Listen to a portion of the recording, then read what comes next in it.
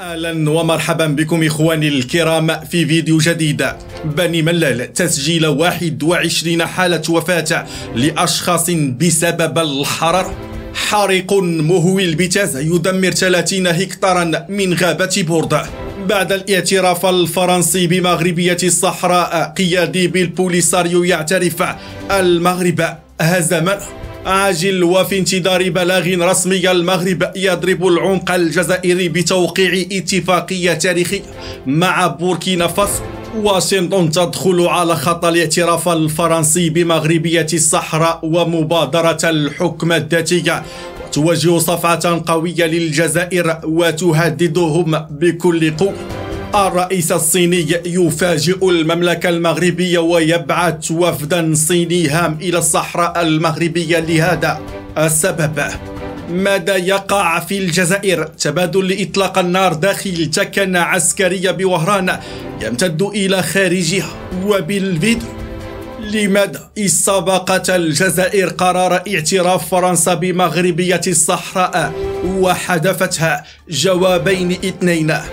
إيمانويل ماكرون يرد على غضبة الجزائر بعد اعتراف فرنسا بمغربية الصحراء بهذه الطريقة، والتفاصيل رائعة. الإمارات تدخل على خط الاعتراف الفرنسي بمغربية الصحراء وتصفع الكبرنة. أول رد فعل ملكي بعد الموقف الفرنسي المعترف بمغربية الصحراء، والتفاصيل جميلة فانتظروها.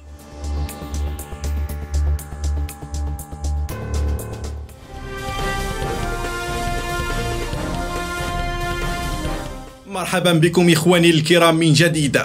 أعلنت المديرية الجهوية للصحة والحماية الاجتماعية بجهة بني ملال خنيفرة أمس الخميس أن المركز الاستشفائي الجهوي بني ملال سجل أول أمس الأربعاء 21 حالة وفاة لأشخاص غالبيتهم يعانون من أمراض مزمنة وكبار السن بسبب ارتفاع في درجة الحرارة. وأوضح بلاغ للمديرية أنه تم تسجيل 4 حالات وفاة خارج المستشفى و17 حالة وفاة استشفائية، مشيرا إلى أن غالبية حالات الوفاة تعود لأشخاص يعانون من أمراض مزمنة وكبار السن، حيث ساهم الارتفاع الكبير في درجات الحرارة في تدهور حالتهم الصحية مما أدى إلى وفاتهم. وأهابت مصالح المديرية الجهوية للصحة والحماية الاجتماعية بجميع المواطنين بجهة بني ملال خنيفرة بتوخي الحيطة والحذر والابتعاد عن التعرض لأشعة الشمس خاصة في أوقات الذروة، وضرورة استشارة المصالح الصحية عند الحاجة.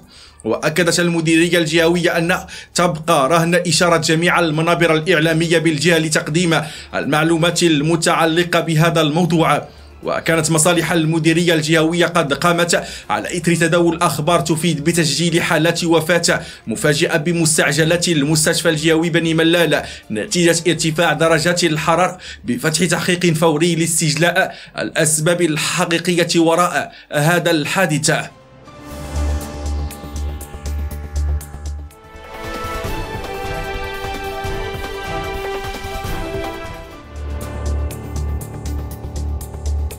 نبقى مع الأخبار المحلية، حيث أتى حريق اندلع بغابة بورد بمنطقة الشرارة بجماعة بورد بدائرة أنغول بإقليم تاز على 30 هكتارا من الغطاء الغابوي.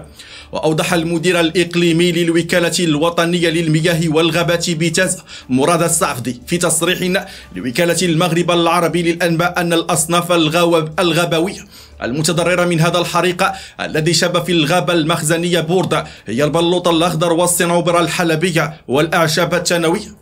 وأضاف السيد الصعفدي وأنه فور علمها بهذا الحريق تعبأت فرقة التدخل التي تضم عناصر الوكالة الوطنية للمياه والغابات والوقاية المدنية والسلطات المحلية والدرك الملكي والقوات المساعدة والقوات المسلحة الملكية للوصول إلى مكان الحريق ومباشرة عملية الإطفاء. وأشار في هذا الصدد إلى أن فرق التدخل واجهت عدة صعوبات بعين المكان، من بينها صعوبة التضاريس وهبوب رياح قوية تختلف اتجاهاتها بين الفينة والأخرى، وارتفاع درجات الحرارة وصعوبة الولوج إلى بؤر الاحتراق. مما تسبب في طول مدة محاربة الحريق. وتواصل الفرقة التدخل الإقليمية مدعومة بفرقة أرضية تابعة للقوات المسلحة الملكية وبطائرتين من نوع كناظير مجهوداتهما من أجل تطويق الحريق. وأفاد المسؤول بأنه تم أيضا إخلاء بعض المساكن التي كانت النيران تشكل تهديدا وخطرا بالنسبة له، مشيرا إلى أن الجهود لا زالت متواصلة تنفيذا لتعليمات مركز القيادة الموجودة بعين المكان الذي يشرف على عمالة إقليم تازا ويسهر على تتبع تطورات الوضع واتخاذ الإجراءات المناسبة.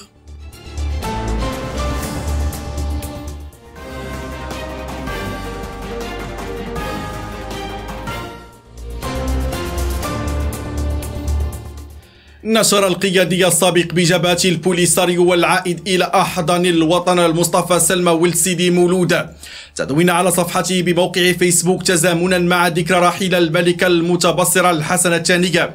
وقال ولد سيدي مولود في ذات التدوين إن الصحراء عموما ظلت عبر العصور مجالا حيويا مغربيا. الصحراء الغربية بصفة خاصة ركيزة من ركائز الأمن القومي المغربية باعتبارها منفذ البرية الوحيد عبر العالم. وأضاف ولذلك لما حانت ساعة الحسم كان المغفور له الملكة الحسنة الثاني دقيقا في توجيه بوصلة المغاربة في خطاب المسيرة للسادس عشر أكتوبر 1975.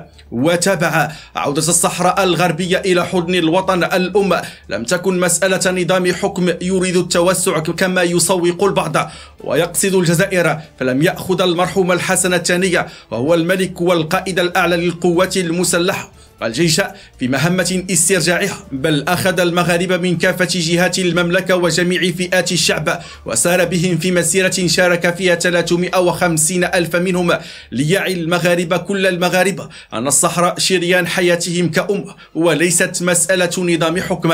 وأكد أنه مخطئ تماما من يسقط من حسابات حيوية الصحراء بالنسبة للمغرب حاضرا ومستقبلا. يأتي هذا بعد الاعتراف الفرنسي بمغربية الصحراء والذي سنخوض فيها بعد قليل.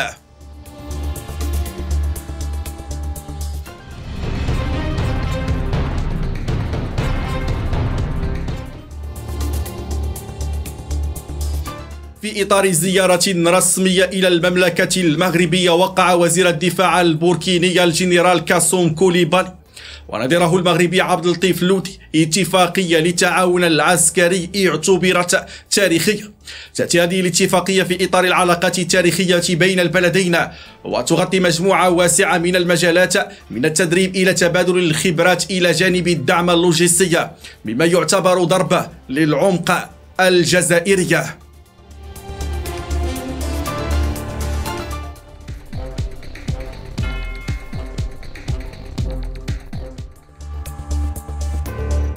قام الجنرال مايكل لانجري قائد القيادة الأمريكية في أفريكوم المعروف اختصارا أفريكوم بجولة إلى الجزائر، والتقى بقائد الجيش السعيد شنقريحة والرئيس الجزائري عبد المجيد تبون وسط تقارير استخباراتية تحذر من الأسلحة الإيرانية التي تم تسليمها مؤخرا إلى ميليشيات صندالستان المدعومة من الجزائر. وبحسب الخبراء فإن هذه الأسلحة تشكل تهديدا مباشرا للمصالح الأمريكية في المنطقة وللمملكة المغربية الحليف الرئيسي للولايات المتحدة من خارج حلف الناتو في المنطقة والدولة المضيفة لأكبر تدريب عسكري أمريكي إفريقي سنوية، الأسد الإفريقي، وهي الأكبر في القارة الإفريقية. تأتي زيارة الجنرال الأمريكي ذو الأربع نجوم بعد أيام قليلة من تأكيد السفيرة الأمريكية بالجزائر إليزابيث مور أوبينا الاعتراف الأمريكي بسيادة المغرب الكاملة على كامل أراضيه الصحراوية. كما تأتي هذه الزيارة بعد الاعتراف الفرنسي وعلم الولايات المتحدة الأمريكية بهذا الاعتراف. كما جددت الدبلوماسية الأمريكية مور أوبينا تأكيد دعم واشنطن لمخطط الحكم الذاتي الواقعي والموثوق الذي اقترحه المغرب تحت سيادته دون أن تنبس ببنت شفا عن استفتاء تقرير المصير الذي تخلت عنه الأمم المتحدة. وأثارت تصريحات السفيرة حافظة النظام العسكري وقادة صندالستان وأثارت التوتر بينهم بعد أن أدركوا أن مأزقهم وصل إلى طريق مسدود وخسارة مدلة. وتفاقمت الانتكاسات الدبلوماسية التي مني بها المجلس العسكري الحاكم وجبهة صندلستان بسبب استبعاد المجموعة الانفصالية من قبل مجلس الاتحاد الإفريقي من الأحداث الدولية القادمة التي تجمع الدول الإفريقية مع القوى العالمية، الولايات المتحدة الأمريكية والصين وروسيا والبرازيل وكوريا الجنوبية واليابان والهند ودول أخرى. ومع شعورهم بانهيار جبهة صندلستان وسط تزايد الضجة الشعبية والإحباط والاستياء في مخيمات الدولة، ترك العديد من رجال الميليشيات المجموعة مما أثار مخاوف جدية، حيث سيقوم وكلاء إيران بتجنيد هؤلاء المقاتلين الضعفاء المحبوطين لخدمة أجندة الهيمنة الشيعية التخريبية. وقبيل الاجتماع المرتقب لمجلس الأمن الدولي حول الصحراء، من المحتمل جدا أن تواصل جبهة صندلستان بعض الأعمال العدائية الاستفزازية ضد المغرب. وفي أكتوبر الماضي شنت جبهة صندلستان هجوما على مدينة السمارة الصحراوية المغربية، ومن شأن أي هجوم آخر مستقبلي أن يؤدي إلى تصنيف ميليشيات البوليساريو كمنظمة إرهابية والجزائر دولة راعية للإرهاب، حسب ما أكد خبراء أمريكيون، خاصة مع تحذيرات المبعوث الأمريكي الخاص إلى منطقة الشرق الأوسط وشمال إفريقيا. ولتجنب مثل هذا السيناريو والحفاظ على الاستقرار في المنطقة، أرسل البنتاغون الجنرال مايكل لانجري إلى الجزائر وفدا عسكريا إلى مقر بعثة المينورسو في العيون لتقييم التحديات التي تواجه بعثة الأمم المتحدة.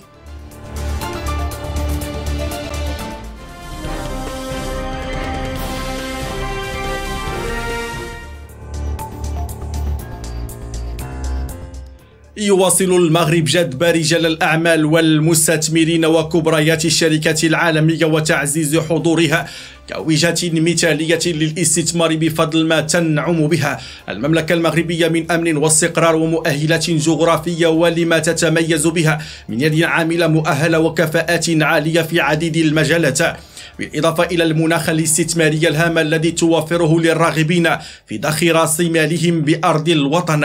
وفي هذا الصدد وصل المغرب انفتاحه على المستثمرين الآسيويين الذين وجدوا ضالتهم في السوق الاقتصادية المغربية، وخاصة رجال الأعمال الوافدين من جمهورية الصين.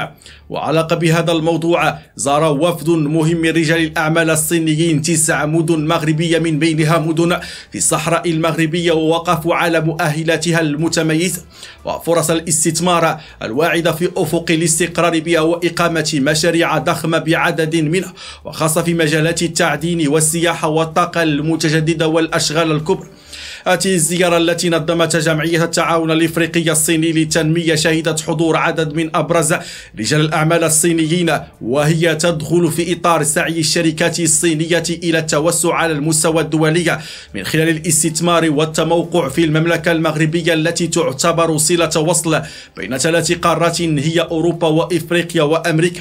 وزار الوفد الصيني الذي كان مرفوقا بسفير بكين في الرباط 9 مدن مغربية من بينها مدن في الصحراء المغربية، ووقفوا على فرص الاستثمار في المشاريع المرتبطة بالبنية التحتية السياحية ومشاريع التعدين وتحلية مياه البحر وغيرها من القطاعات.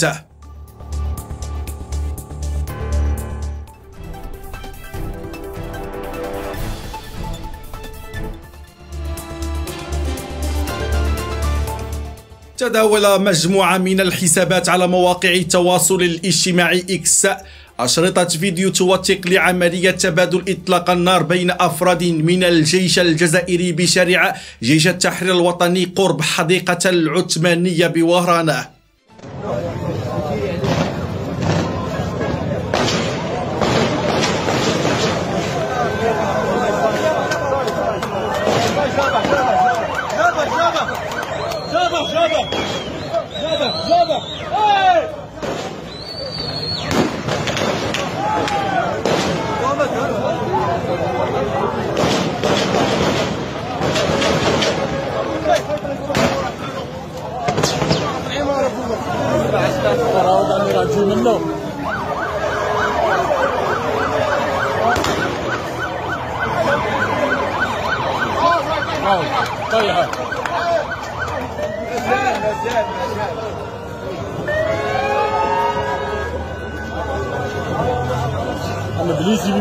وتتضارب الأخبار حول طبيعة الحادث، حيث أشار بعض الأشخاص إلى أن الأمر يتعلق بتصفية حسابات بين مجموعة متناحرة داخل العسكرة الجزائرية، بينما أكد آخرون أن الأمر يتعلق بإقدام عسكري على إطلاق النار باتجاه زملائها قبل أن يخرج إلى الشارع ويواصل الإطلاق بشكل عشوائي. وتتحدث المصادر عن وجود إصابات وعن إمكانية سقوط قتلى بما فيهم الجندية مطلق النار، غير أنها أكدت بأن الرواية الرسمية هي التي ستعطي إجابات شافية لتساؤلات الشارع الجزائري حول الحادثة. اليوم فاش هرب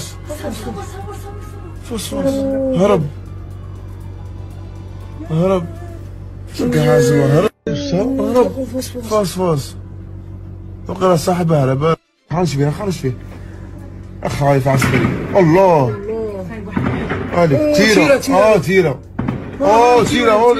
هذيك طيحه صاي.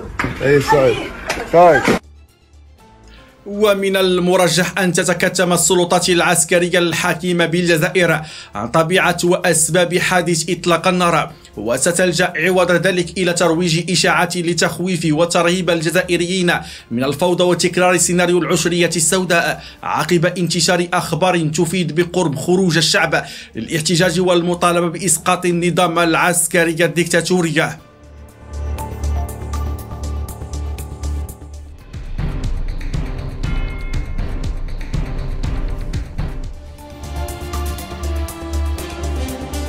سبقت الجزائر أمس الخميس 25 يوليو اعترافا فرنسيا بمغربية الصحراء وجدية مخطط الحكم الذاتي الذي يطرحه المغرب كحل جدي ووحيد للنزاع المفتعل حول الصحراء المغربية في الوقت الذي لم يصدر فيه أي إعلان رسمي عن السلطة الفرنسية أو المغربية. بيان لوزارة الشؤون الخارجية الجزائرية تحدث عن قرار فرنسي قاضي باعتراف الإليزي بسيرة المغرب على صحرائها، كاشفة أي وزارة الشؤون الخارجية الجزائرية أنه تم إبلاغ السلطات الجزائرية بفحوى هذا القرار من قبل نظيرتها الفرنسية في الأيام الأخيرة قبل أن تسارع إلى حذفه بعد ذلك من موقعها الرسمي. إصدار الدبلوماسية الجزائرية لبلاغ وسباقها لقرار سيادي لدولة وزينة مثل فرنسا والمسارعة بعد ذلك إلى حذفها يؤشر على قراءتين اثنين. الأولى تشير إلى محاولة قصر المرادية التأثير على قرار باريس بعد اتخاذها علما استخباراتيا بهذا الاعتراف، وثانيا تؤكد حالة التخبط الدبلوماسي للعسكرة ومحاولة ليدراع فرنسا بخصوص الموقف التاريخي الذي سيتم الكشف عنه عبر القنوات الدبلوماسية الفرنسية والمغربية الرسمية. بلاغ وزارة الخارجية الجزائرية الذي نشرته وحذفتها كشف جليا الطرف المعني بشكل أساسي بنزاع الصحراء المغربية، وفند ادعاءات قصر المرادية وأسطوانته المشروخة بحصر النزاع بين المغرب وجبهة صندال السنة الانفصالية التي تلقت مؤخرا صفعة قوية من قبل الاتحاد الإفريقي باستبعادها من اللقاءات الدولية في انتظار التأكيد الرسمي للقرار الفرنسي الذي سيطلق رصاصة الرحم على الأطماع التوسعية للنظام الدكتاتوري العسكري.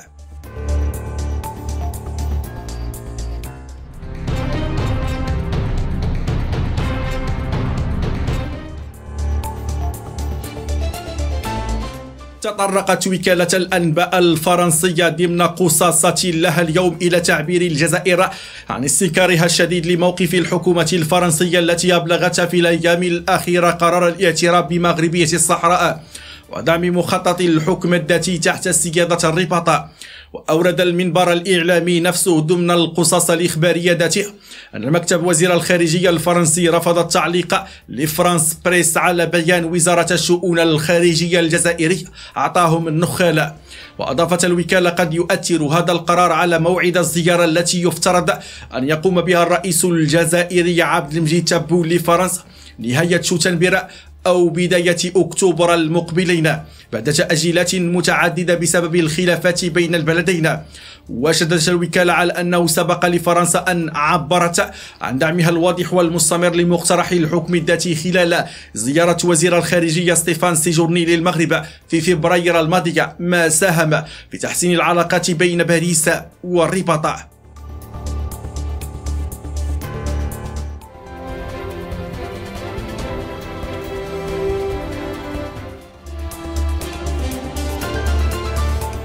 أثار تصريح الداعية الإماراتي وسيم يوسف حول الأمازيغ المغاربة الذين حافظوا على الصحراء المغربية جدلا عبر مواقع التواصل الاجتماعي. وتسبب التصريح الذي عبر فيه وسيم يوسف عن إعجابه بالأمازيغ الذين حافظوا على مغربية الصحراء من إزعاج لنظام الكابرانات إلى حد كبير، حيث شنوا هجوما إلكترونيا عليها. وعبر وسيم يوسف عن حبه للأمازيغ عبر بث مباشر على تيك توك قائلا: الأمازيغ كانوا يدافعون على صحرائهم، أنا أشهد أن الأمازيغ أبطال حافظوا على صحرائهم المغربية كاملة. وفي سياق آخر كشف الداعية الإماراتي أنه انتصر على السرطان بعد إجرائها عملية جراحية معقدة دامت لساعات طويلة.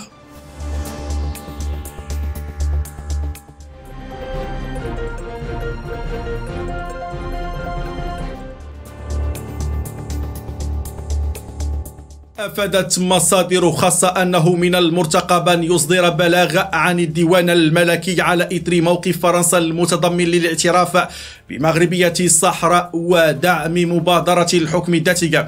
تأتي هذه التطورات الإيجابية والملموسة لقضية الوحدة الترابية ضمن الزخم المتزايد للدبلوماسية الملكية التي نجحت في إقناع المجتمع الدولي بضرورة احترام سيادة الأمم والشعوب في وقت تتزايد فيه قائمة الدول المعترفة بسيادة المغرب على صحرائها، منها وعلى رأسها الولايات المتحدة الأمريكية وإسبانيا. بهذا الاعتراف الفرنسي التاريخي يكون الملف المفتعل للوحدة الترابية للصحراء المغربية قد زاد من ضيق وعزلة دعاة الانفصال، ونقصد هنا أساسا عرابها النظام العسكري الذي لم يعد أمامه هنا من حل سوى الرضا بمصلحة الأمم والشعوب ووضع اليد في اليد مع باقي المكونات المغاربية والإسهام في إحياء الاتحاد المغرب العربي الموؤود، خاصة وأن ذلك لم يعد مقبولا في زمن التكتلات والتحالفات. إخواني، إلى هنا انتهت حلقة هذا اليوم. أتمنى من الله سبحانه وتعالى على أنها تنال الإعجاب ديالكم. ما تنسوش تشاركوا بالقناة، تفعلوا زر الجرس، وما تنسوش كذلك دعمونا بزر إعجاب باش نواصلوا قدما إن شاء الله. دمتم برعاية الله إلى حلقة غد إن شاء الله.